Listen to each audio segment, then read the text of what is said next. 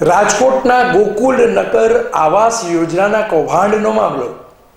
સમગ્ર મામલે ભાજપ શહેર પ્રમુખ મુકેશ દોશીનું નિવેદન.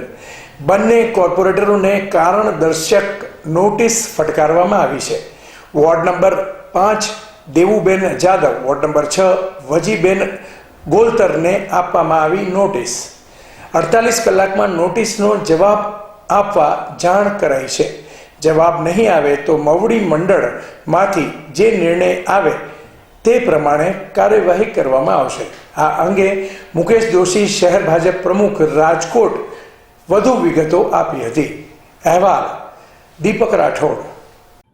રાજકોટ મહાનગરપાલિકાના મ્યુનિસિપલ કમિશનર દ્વારા અલ્પનાબેન મિત્રના નેજા હેઠળ એક કમિટીનું ગઠન થયું હતું.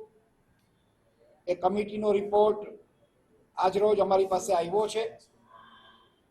એના સંદર્ભમાં ભારતીય જનતા પાર્ટીના રાજકોટ શહેરના પ્રમુખ તરીકે બંને કોર્પોરેટરો વોર્ડ નંબર 5ના વજીબેન કવાભાઈ ગોલતર અને વોર્ડ નંબર 6ના અમારા કોર્પોરેટર દેવુબેન મનસુખભાઈ જાદવ, આ બંનેને ગઈકાલે રૂબરૂ બોલાવ્યા હતા. જેના સંદર્ભે અમે અમારા જે દેવુબેન જાદવ છે એમનું અમે કાયદો અને નિયમનના ચેરમેન પદેથી ગઈકાલે રાજીનામું લઈ લીધું. આજે 48 કલાકની ખુલાસો પૂછતી એક નોટિસ આપવામાં આવશે.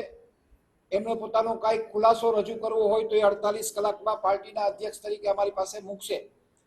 ત્યારબાદ પાર્ટીના અમારા મવડી મંડળ સમક્ષ આ કેસ મૂકીશ. એમના માર્ગદર્શન નીચે આગળની જે કાંઈ કાર્યવાહી કરવાની થશે એ પ્રમાણેની કાર્યવાહી કરવાના છે.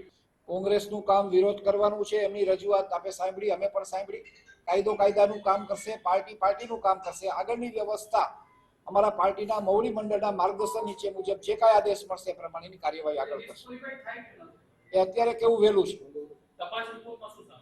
તપાસ રિપોર્ટમાં જે કાંઈ તથ્યતા છે અત્યારે જાહેર નહીં કરવું, પણ એટલું છે કે જે કાંઈ હશે એ પારદર્શક હશે એનું ખાતરી આપે. બંને દોષિત સાબિત થયા છે કે નથી એવું અત્યારે સ્પષ્ટ નહીં કહી શકું, પણ એમને ખુલાસો અમારી એક ફરજ છે કે અમારે એમને પણ સાંભળવા જોઈએ. એમને સાંભળ્યા પછી હું મવડી મંડળ સમક્ષ રિપોર્ટ રજૂ કરીશ અને રિપોર્ટના આધારે જે અમને સૂચના આપવામાં આવશે એ મુજબની કાર્યવાહી